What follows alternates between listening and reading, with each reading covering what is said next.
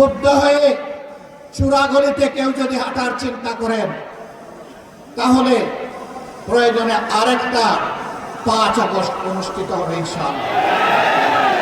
যেই 5 আগস্ট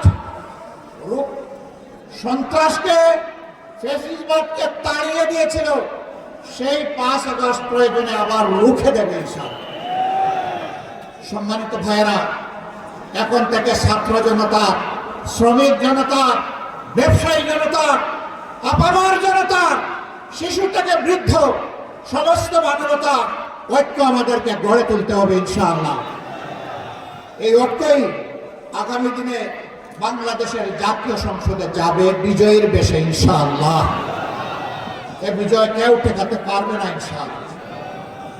কারণ আমরা আছি মজলুমের পক্ষে, আমরা আছি অপশাসনের বিরুদ্ধে, আমরা আছি বৈষম্যের বিরুদ্ধে, আমরা আছি ন্যায়ের পক্ষে, আমরা আছি আল্লাহর দেওয়া কোরআনের বিধানের পক্ষে। এই বিজয় আমাদের হবে ইনশাআল্লাহ।